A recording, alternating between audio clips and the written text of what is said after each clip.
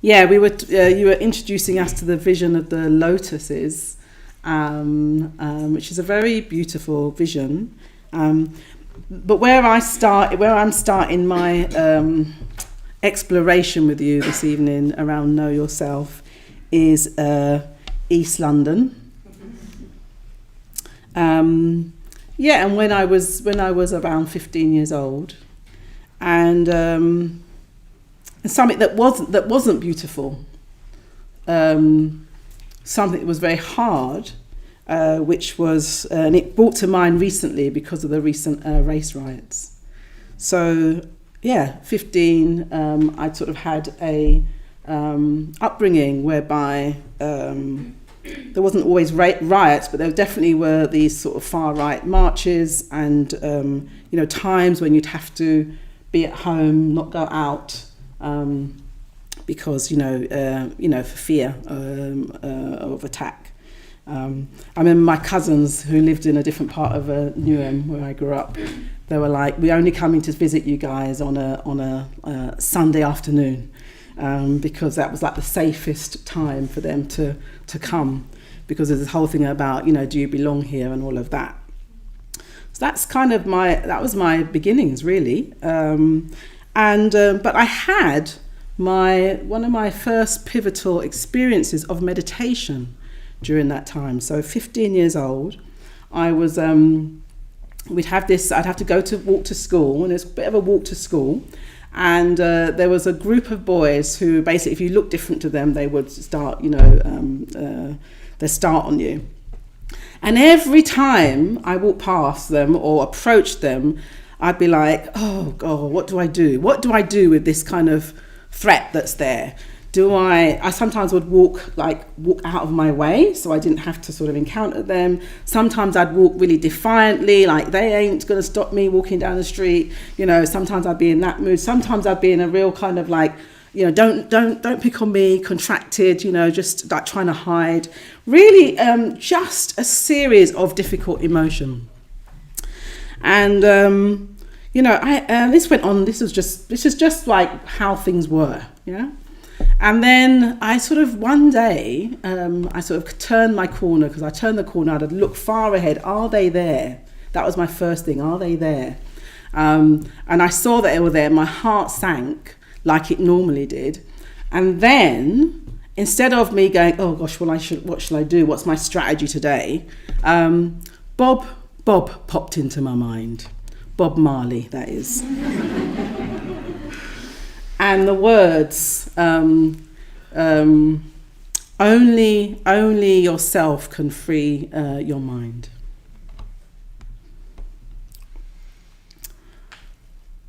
Oh, like only ourselves. Like, so that was a real, like, what does he mean? And I'd heard that song. It's a kind of line that says, emancipate yourself from mental slavery, only yourself can free your mind. I was like, what does he mean? Like, how can I free my mind? At that point, I realized I wasn't free. Sometimes we don't know we're caught in something until you're presented with the opportunity to not be in that. So I was like, oh, I right now I'm not free, because whatever they were doing was completely affecting my experience, almost dictating my experience. So how can I free my mind? I thought, if he was here, I'd be, Bob, okay, how do you do that? What do I do in this situation?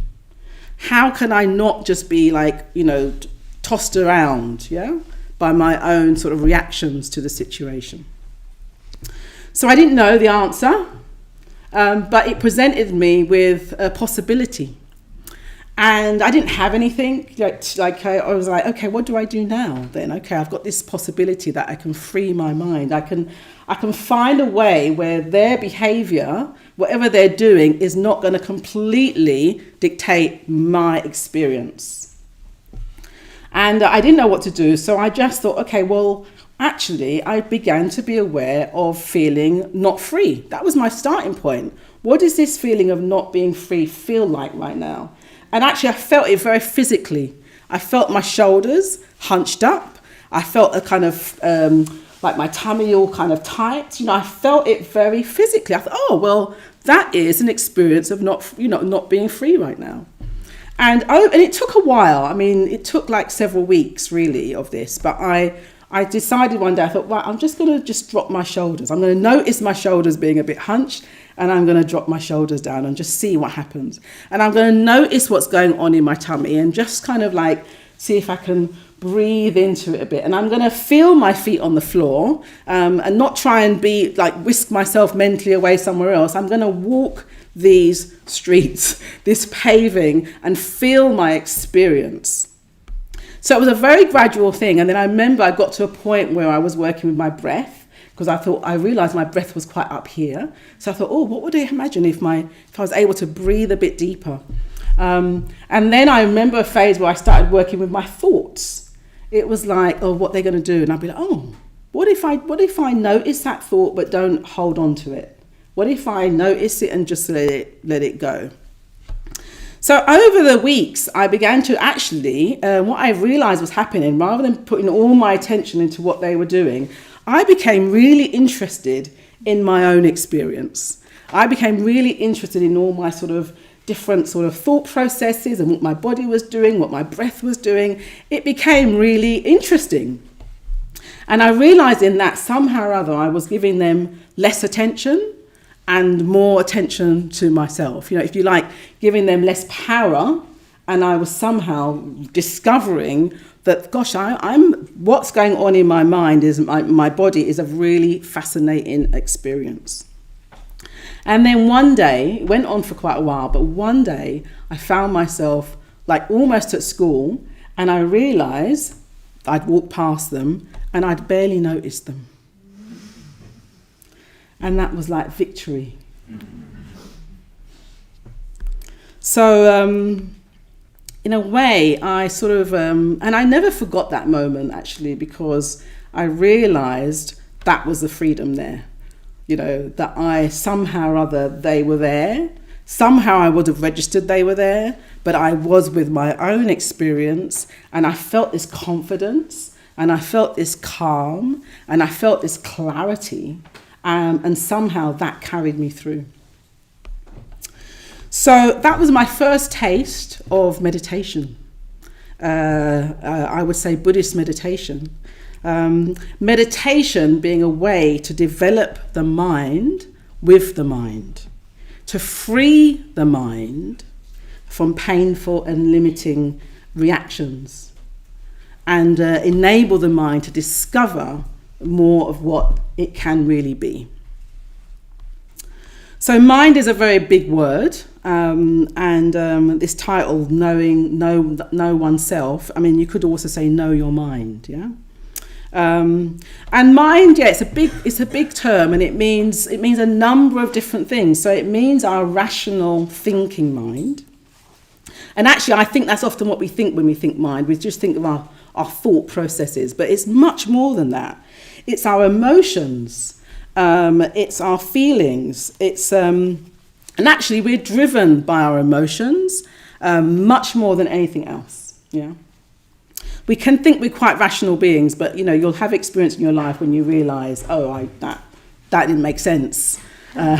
What I did, why did I do that? Yeah, and then that's because emotions were very strongly there. Yeah, so we're much more our emotional beings than we realise often. And then there's our imagination. Our mind's also our imagination, and the world has come about through imagination, how we think of the world. Even the fact that we can fly, we can get in a plane and we can go into space. That's all come from some people, somewhere or other, imagining it and then kind of thinking, oh, hey, how do we bring that about? How do we make that a reality? So we have our thought processes, our thinking processes, our emotions, our imagination. We have our intuition. Sometimes we neglect our intuition, this sense of, a sort of a knowing without having to kind of calculate, just a deep knowing of how things are, a direct knowing, a direct understanding or direct seeing. So we use all our minds to cover this, as well as the way we experience our body. Yeah. So, our bodies are our physical experience deeply impacts our mind as well, and vice versa. Yeah. So that's all included. So yes, it's definitely not just our thought processes. Naturally, in Buddhism, we have the word citta, C-I-T-T-A, which means heart, mind. Yeah, it's kind of like it's heart. When you think of heart, it has so many different sort of connotations. When you think of mind, it has all these connotations. But I think it means like we have the kind of emotional sides of our experience, our imaginative sides, our intuitive sides, and our rational, conceptual thinking sides. Actually, Bhante Sangharakshita, he says, he's the teacher, founder of Triratna, he says, what about he brings in the word soul as well. And soul is can be a bit of a old-fashioned word, and certainly it has all kinds of religious connotations to it. But he was saying actually sometimes we need that word too, because that word conveys the deepest part of oneself, the essence of who we are, the part of us that feels, the part of us that suffers, the part of us that aspires, the part of us that dreams. So, when we think about soul music, it's about music that gets directly to the kind of heart of things, yeah? That all of that is contained in the word mind. So in meditation, we're sort of coming into direct contact with the mind, with all of that. We're sort of cultivating awareness, like I was doing. I was like, in that experience, I'm like, what's going on in my experience when I am confronted with something like this? I was cultivating awareness. I was discovering my emotions, how I really felt. Not how I thought I should feel, how I really felt. And then learning to kind of like, okay, can I do something with the feelings that I'm having, yeah? That's actually more helpful to me in this situation. Discovering one's intuition and recognizing intuition at play. And get into the kind of essence of who we are. Not necessarily, what we've been told about who we are, not necessarily what we've been conditioned to think of ourselves. Get into the essence of who we are and learning from that basis to dream a little bit, to kind of, see, okay, what's possible here? Who am I really, and what's my potential? So recognizing that we're so much more in meditation, we're recognizing, we're so much more than, what we often think of ourselves, which Suryagupta sort of pointed to. We're certainly more than our environment. We're certainly more than our circumstances. We're certainly more than our limitations, although those things affect us deeply. So in meditation, you're sort of like discovering that and then recognizing there's more. So I remember talking to a friend, an order member, when I was quite fairly new, and I was like telling her some problem I had, and I was really going on, really talking about it, and giving all the details, and then this happened, and they said that, and then I did this, and then this happened, and all of that, and she just stopped me and said, she must have been a bit, anyway, she stopped me and said, "There's so much more to you than you think you know." And I was like, is there? I knew that on some level. I was been practicing, but somehow her stopping me in that moment when I had a very fixed narrative of what was going on in my experience, her stopping me at that point, it made me go, okay, what am I not seeing? What else is there about this that could come to light? And there is more of me. So what more of me might be able to respond to this situation? So yes, so we get to see our limits in meditation. We get to see our conditioning, but we also get to see that we're more than that, and see our potential, and actually in that begin to ask some bigger questions as well. And these big questions that can come in meditation. They happen, I feel like I was asking big questions from when I was young, really. But, I came to meditation with some definite big questions. And these were questions that I knew I couldn't just rush at the answer. So we all have, on some level, these questions. I couldn't rush at the answer. I couldn't fix the answer. These questions I need to discover, and I needed to live out the answers. So in discovering, all the aspects of who we are, we're understanding ourselves. In meditation, we're understanding all these experiences. And discovering our bigger questions, perhaps, dreaming a little bit as well. But we're also very much seeing how we experience the world. So it's not a kind of just an inner experience. I think I thought that of Buddhism at first, like this meditation that you're just doing your own process. But actually, within discovering yourself, you're actually discovering how you're interacting with the world. And this, and then learning from that as well. So this is really fundamental to being human. This sort of discovering, who we are and discovering the way the world is. One of the sort of popular quotes of Buddhism is, it says that the world is mind-made. The world is mind-made. So we have our individual world, and it's saying that's mind-made. And then we have this external world, and it's saying that too is mind-made. I think it takes, I remember when I first heard that, I was like it made sense on one level, but I had to think, is that true? Is my world that I'm in made by my mind, as it were? And is the world that I see out there created by mind? How does that work? So, we create our lives, we make choices, we take action, that has an effect. And even if you feel, and I definitely had moments in my life where I felt like this, I've just got to do this thing. I've just got to, I've got to work, I've got to make money, I've got to do this, I've got to, whatever it is. How I respond to that is still mind, made, yeah? It's still, I've got choices in how I respond to that. So we are creating our world individually. We've got the world out there. And I think with social media, you can really see this sort of, this individual worlds that are created. I mean, just kind of keep scrolling and, the amount of different situations and lifestyles and circumstances and, even something about how to cook something. There could be 100 different ways, and they're always this is the way you do it. This is the way. This is the right way. Yeah. And then you go on somebody else, and they're telling you something completely different.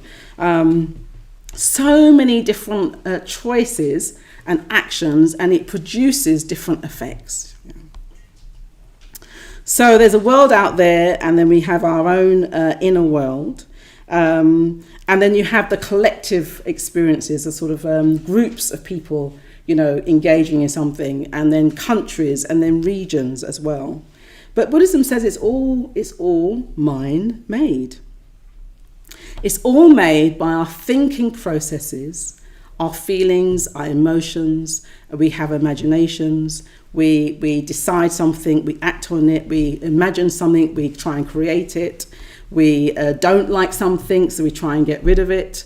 It's all happening. So I had an experience of this when I was about 11. In the borough, the local borough took about 15 young people, and I was 11, 15 young people from Newham, and then 15 young people from a South London borough away for a month.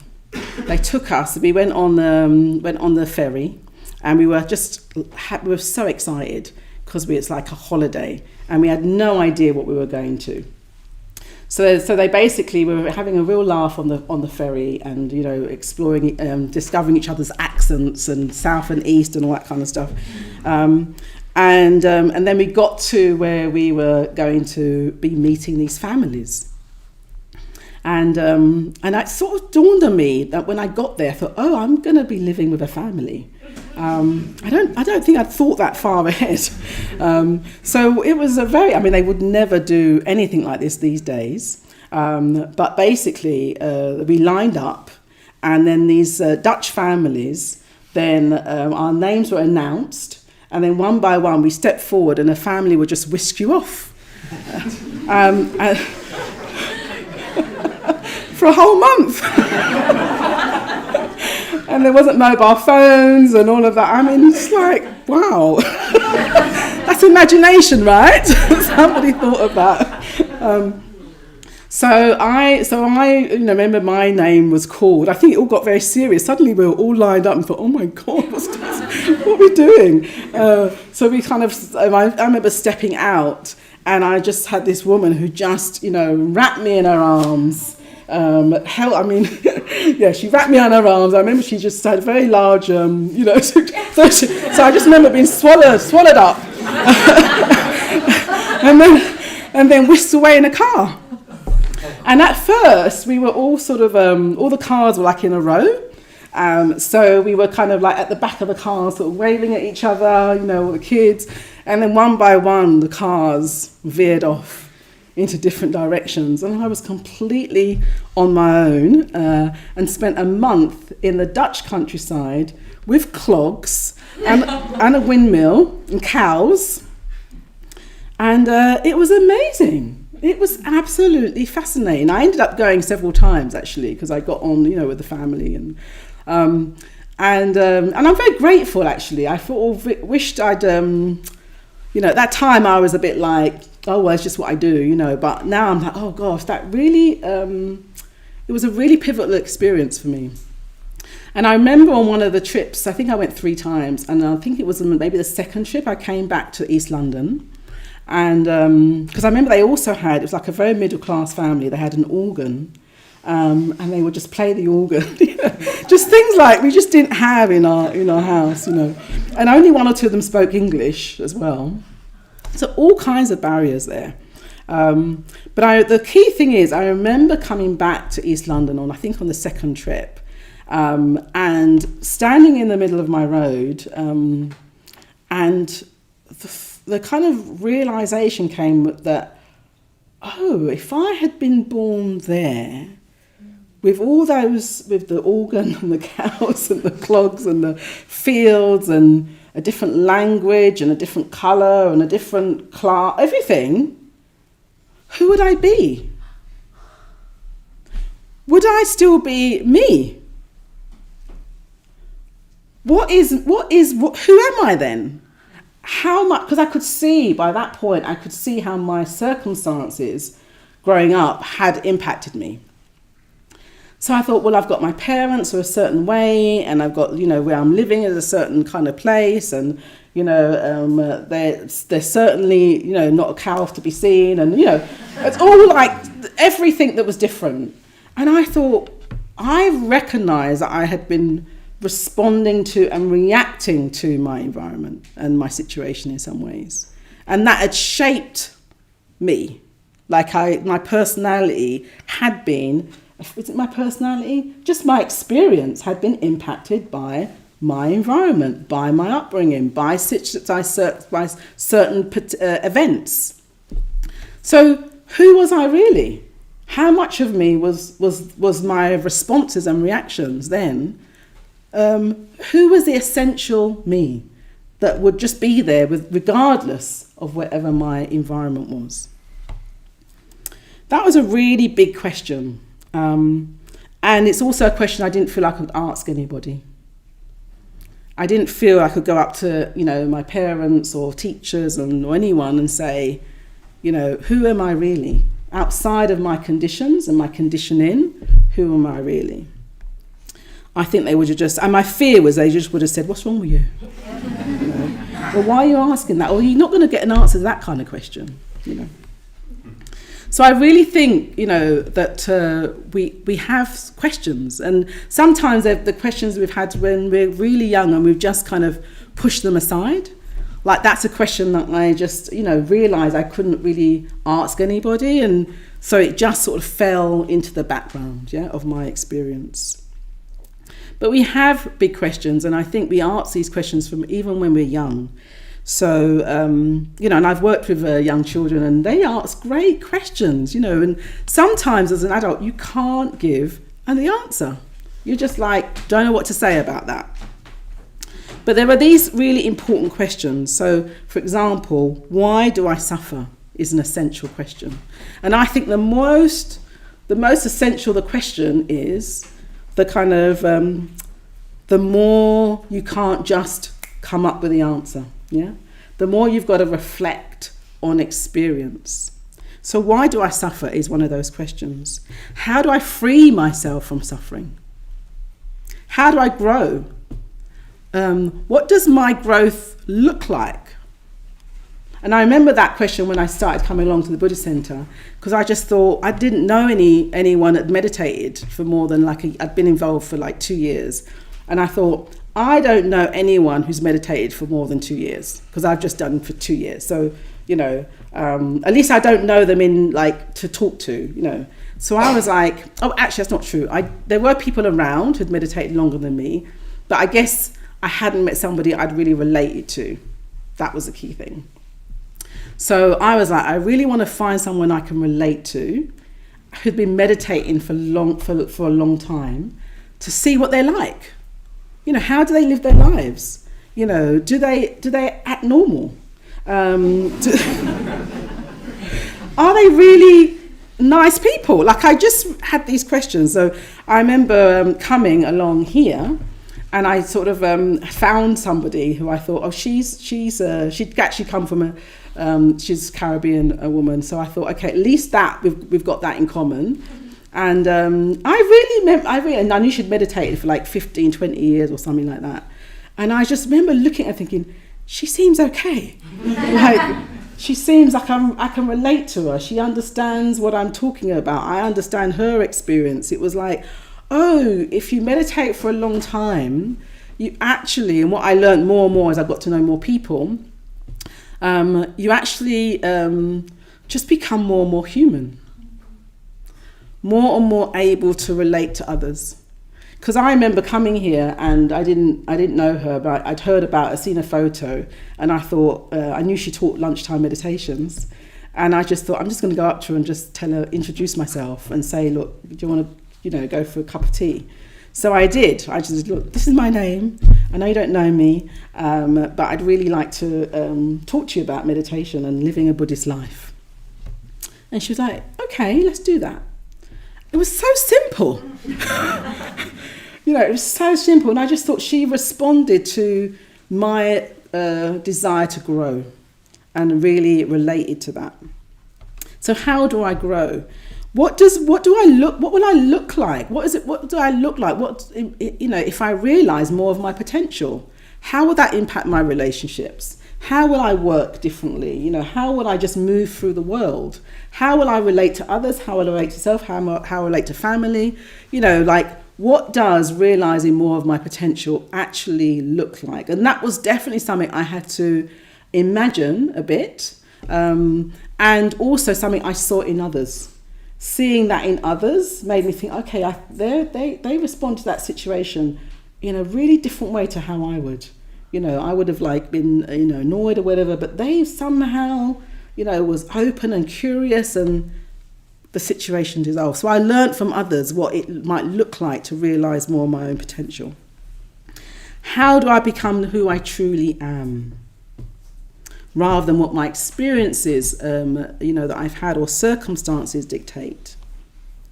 And then I think these questions began to become more like, okay, how do I respond to suffering in the world then?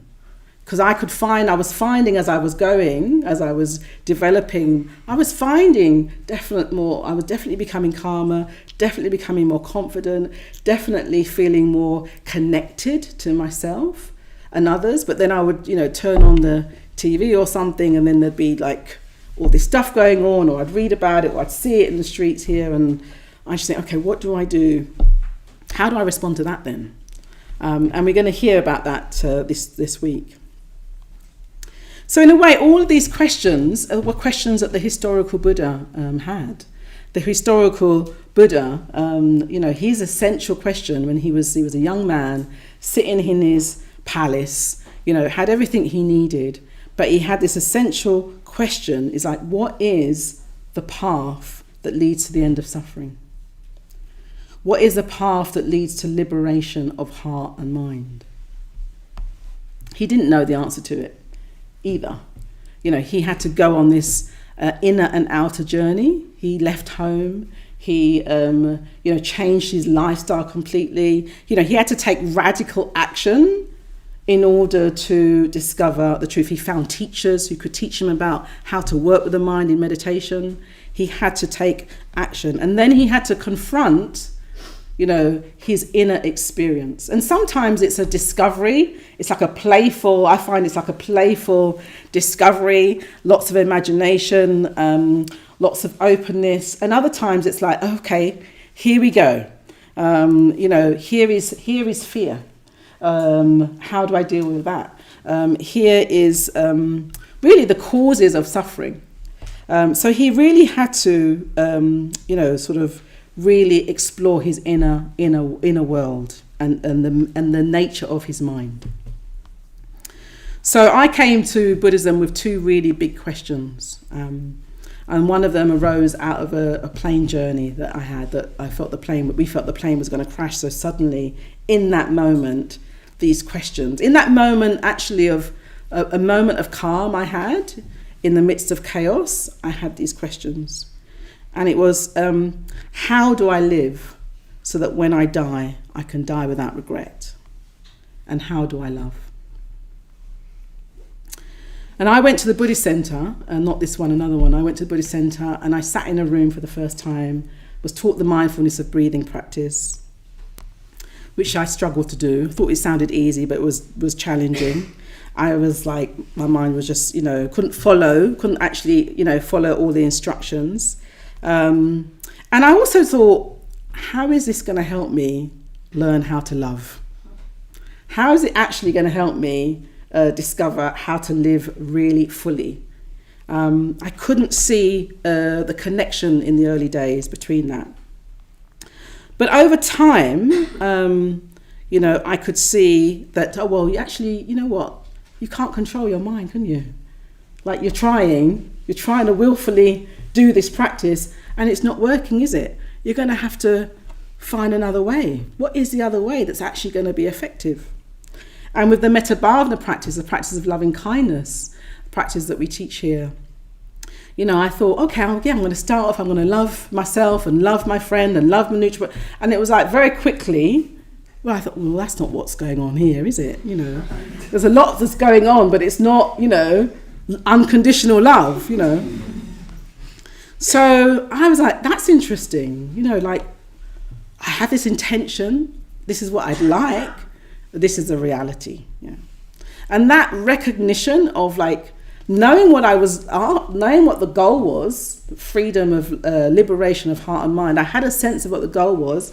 And then there was there's a process, a method, the meditations. And then there was a reality of my experience at the time in applying those processes and methods.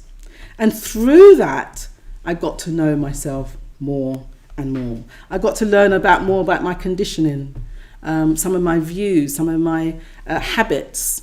I got to learn about how my circumstances and different choices I made, but also my circumstances, the situations I was in that was harder to change, how those things impacted me. And what I really learned in all that is how to grow. And really how to grow, that I had a deeper relationship with myself. Because what I was bringing to what I was discovering was this loving awareness, this sort of patience, this sort of, there's recognizing what my experience is, recognizing and feeling the limits, feeling that, this is suffering. This this is suffering here. And I can bring loving kindness to that. I can bring some empathy to that. And then I can actually, whatever I'm going through, I'm recognizing that I'm not the only one going through that as well. So that was a really essential moment for me as well. When I really began to look at my experience, I could see, because we're meditating with others, practicing with others, I could see that, it's not just my experience here. It feels like if I hadn't been in a context like this, I'd have thought, you get anxious, it's my anxiety, yeah. Or I'm insecure, my insecurity. Or I want things that I don't have, that's my craving. Or I don't want things that are here, that's my aversion. I'm irritated. I could just like that, that's just me, yeah? That's just how we will hear that all the time, don't we? Like, that's just how I am. Can't change.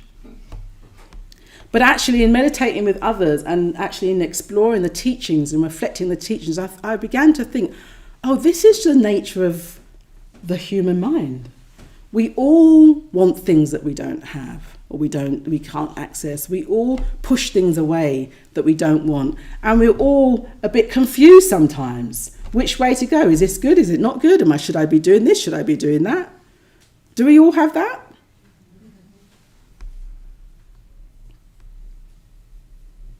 So I began to identify craving, the nature of craving. I began to identify hatred in all its different forms. I began to identify ignorance within my own experience, and I began to see that reflected in the world. So what the kind of effect of that, if you're bringing loving kindness to it, if you're bringing loving awareness to it, when you discover, I'm really I was quite mean then, I said this thing or I reacted here, but you're bringing loving kindness to it. What I realised over time is that, that's helping me be so much less judgmental with other people, so much less critical of others, because I'm having that experience within and I can see it without, and I know that loving kindness is the answer to this. As opposed to, why don't you change? Yeah? Why are you like that? It's kind of like, that is the nature of part of the ordinary mind. But because with meditation, because you're working with that, you're bringing loving kindness to whatever the experience you have, you're also in the process of bringing awareness, bringing loving kindness, having that calm. You're also discovering that's not all of your experience. You're also discovering this gap whereby you're no longer in reactivity. You're no longer pushing away experience. And then in that moment, something comes in. It's a bit like the clouds part and the sunlight begins to come in. Light begins to come in. Warmth begins to come in. And old limitations and old views begins to dissipate. And you sort of grow. You literally could sometimes on retreat, after a few days, you can literally feel people taking up more space in the room. It feels people are just sitting taller. They're kind of more expansive somehow. What's actually happening is that we're evolving in that moment. We're cultivating our consciousness. We're holding more of our experience. And we're learning to meet the world anew. We're learning to see the world with newer, fresher, more loving, more patient, more clearer eyes.